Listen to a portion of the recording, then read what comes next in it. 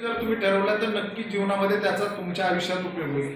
जसं मुलांच्या बाबतीत सांगितलं की बाबा तुम्ही सर्व व्यवहार किंवा काही गोष्टी मुलांकडे देऊ नका. तुमचे अधिकार तुमच्याकडे काही गोष्टी ठेवल्या पाहिजे.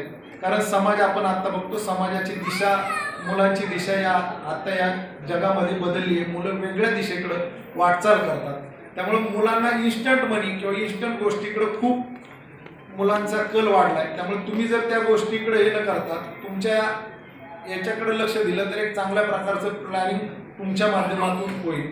आणि आजपासून म्हणजे जे आहे उद्यापासून तुम्हाला कोणीच ओरडणार नाही, कोणी तुम्हाला बोलणार नाही की तुम्ही 10 वाजता या, 6ची ड्युटी आहे, तुम्ही 6:30लाच का आला, कुठला आता VIP नाही आहेत कोण म्हणून सोडून द्या. VIP म्हणजे नगरसेवक नाही, त्यामुळे कोणाचे फोन कमी येत असतील सगळ्यांना बाकीच्या कामासाठी. पण तुम्हाला ही रुटीन जर माणसाचं बसलेलं आयुष्य असतं ना की माणसाला 6 वाजता उठायची सवय लागली की तो माणूस 6 वाजताच त्या पद्धतीने उठतो, आपल्या रुटीनप्रमाणे काम करत असतो. त्यामुळे तुम्हाला जे आता इथनं पुढे रुटीन लागेल त्यामध्ये तुमच्या कुटुंबासाठी वेळ द्या. तुम्हाला काही जर जीवनात काही फिरायचं असेल, कुठं काहीतरी करायचं असेल तर त्या दृष्टीने तुम्ही प्रयत्न करा. वाचनाचे कोणी छंद जोपासले असेल वाचनासाठी किंवा इतर जे आपण पोर्ट्रेट बाकीच्या गोष्टीसाठी जे छंद बऱ्याच जणांकडे असतात, गायनाचे काही आवड असते, एखाद्या ठिकाणी तुम्ही ते गायनाचे हे करा. त्या दृष्टीने जर तुम्ही केलं तर तुमचं मन वेगळ्या दिशेकडे रमन आणि तुमचा जर मेंटली स्ट्रेस असतो तो स्ट्रेस कमी होत जाईल. की मला आता घरच्यांची पण अपेक्षा आता असते की तुम्हाला आता काय सेवानिवृत्त झाला, तुम्ही घरी बसलं पाहिजे बाकीच्या गोष्टी, पण तुम्हाला तुमचं मन रमण्यासाठी काहीतरी वेगळ्या गोष्टी पण करायला शिका. जसं आता मॅडमनी मगाशी उल्लेख केलेला होता, एक त्यांनी कॉम्रेड मॅरेथॉन म्हणून उल्लेख केला, जी दक्षिण आफ्रिका देशात असते, जी 90 किलोमीटरची मॅरेथॉन असते, जिच्यामध्ये 70 किलोमीटरचा हा घाटाचा सेक्शन असतो.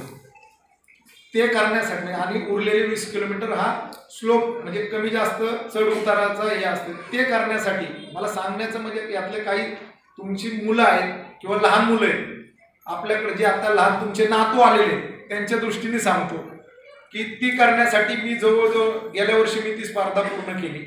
जवळजवळ 6 महिने मी 2900 किलोमीटर 90 किलोमीटरचं हे करण्यासाठी 6 महिने मी कंटिन्यूस 2900 किलोमीटर 6 महिने पळलो. तेव्हा कुठं मला ते टार्गेट 90 किलोमीटर 12 तासात पूर्ण करायचं टार्गेट पूर्ण केलं. कारण त्याच्यासाठी ती प्रयत्न केल्याशिवाय किंवा मी जिद्द चिकाटी ठेवल्याशिवाय ती गोष्ट अचीव करायची मला जमली नसते, म्हणून मी ते केलं. आपल्याकडे काय होतं, मुलांकडे मोबाईल, नातवांकडे मोबाईलचा आता फॅड आपल्या सगळं, म्हणजे माझ्या घरात पण तेच आहे, माझा मुलगा पण तसाच आहे की मोबाईल म्हटलं की त्याच्याकडं मोबाईल शिवाय आपल्याकडे आता कोणाचं आयुष्य राहिलं नाही. मुलांकडे मोबाईल कमी देता आपण जर आजी आहात किंवा आपण आजोबा त्यांना एखादी गोष्ट एखादी स्टोरी सांगितलं, संस्कार त्यांच्यावर कसे आपल्याला चांगल्या पद्धतीने घडवता येतील अशा पद्धतीने जर तुम्ही त्यांच्यासाठी केलं तर एक चांगल्या प्रकारचा समाज घडवण्याचं काम तुमच्या माध्यमातून नक्कीच होईल. दुसरी एक ते मॅडमनी स्पर्धा वर्णन केली जी आयर्नमॅन स्पर्धा असते. ज्या आयर्नमॅन स्पर्धेमध्ये समुद्रामध्ये 3.8 किलोमीटर स्विमिंग करायचं असतं, 180 किलोमीटर सायकलिंग लगेच करायचं असतं आणि 42 किलोमीटर रनिंग कंटिन्यूस, हे सगळं कंटिन्यूस करायचं आहे. त्याला कुठंही थांबायचं नाही. 3.8 किलोमीटर स्विमिंग जे समुद्रात करायचं ते 2 तास 10 मिनिटात करायचे. तुम्ही 2 तास 10 मिनिटात नाही केलं तर तुम्ही त्या स्पर्धेतनं बाहेर पडता. पुढचं 180 किलोमीटर जी सायकलिंग आहे ती सायकलिंग करताना तुम्हाला पण 8 तास दिलेले, तेवढ्या वेळातच ती करायचं, नाही तर तुम्ही स्पर्धेतनं बाहेर आणि रनिंग असं मिळून ते सर्व करत असताना मी गेले 5 वर्ष म्हणजे कोरोनाच्या काळात पण सगळ्यात जास्त काम मी पण हडपसर परिसरामध्ये सगळ्यात जास्त काम त्यामध्ये केलेलं. माझं 50 बेडचं मेडिकेअर हॉस्पिटल माझ्या आणि माझ्या मित्राचं मिळून एकत्र हॉस्पिटल आहे, ते त्या काळात चालवलं. वॅक्सिनेशन सेंटर मी चालवलेले. मोबाईल फॅन त्या काळात कोविडच्या काळात चालवलेली होती. आणि आपला पुणे महानगरपालिकेचा डॉक्टर आपल्या दारी कमीत कमी 200 ते 250 कॅम्प प्रत्येक ठिकाणी घेतलेले होते. त्यामुळे जर तुम्ही एखादी गोष्ट करायची ठरवली आयुष्यात तर ती गोष्ट नक्कीच करू शकता आणि ती सगळी तुमच्या माझ्या सगळ्यांच्या जिद्दीवर मनाने जर एकदा विचार केला किंवा एखादी गोष्ट करायचं ठरवलं तर नक्कीच करू शकाल एवढंच या ठिकाणी सांगतो. आपण आज महानगरपालिकेतून सेवानिवृत्त होता, पण आपल्या माध्यमातून जी महानगरपालिकेची सेवा झालेली आहे त्याबद्दल मी आपल्या सर्वांचं मनपूर्वक आभार व्यक्त करेन.